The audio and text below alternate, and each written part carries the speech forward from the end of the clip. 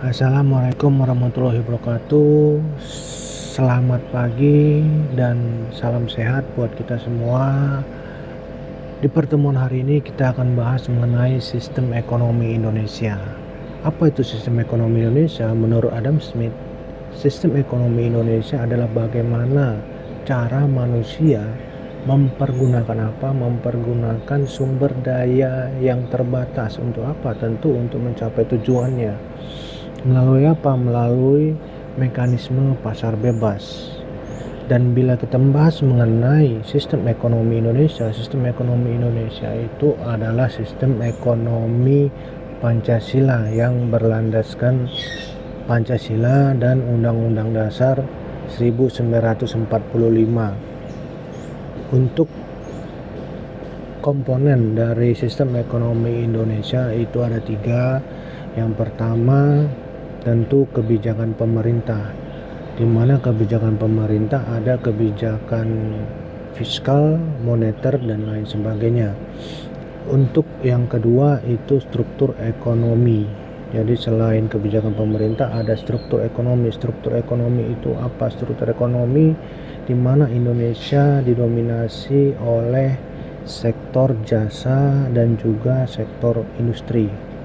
Walaupun masih banyak sektor yang lainnya seperti sektor pertanian maupun perdagangan.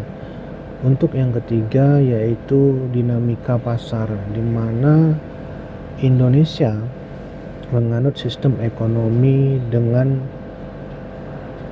mekanisme pasar bebas dan terbatas. Kenapa ada kata terbatas? Karena masih ada peran pemerintah di dalamnya. Seperti itu. Jadi ada 3 komponen dari sistem ekonomi Indonesia. Yang pertama kebijakan pemerintah, yang kedua struktur ekonominya, kemudian yang ketiga yaitu dinamika pasar.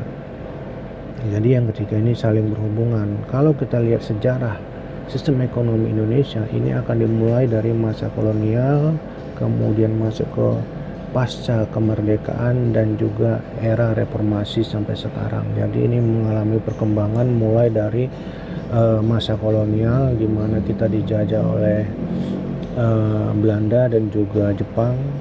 Ini melalui proses yang cukup panjang.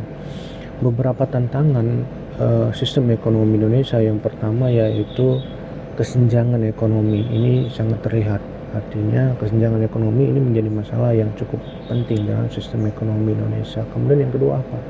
Yang kedua adalah inflasi, di mana inflasi menjadi salah satu yang harus dikontrol. Kemudian yang ketiga tentu berkaitan dengan lapangan pekerjaan, yaitu berkaitan dengan pengangguran.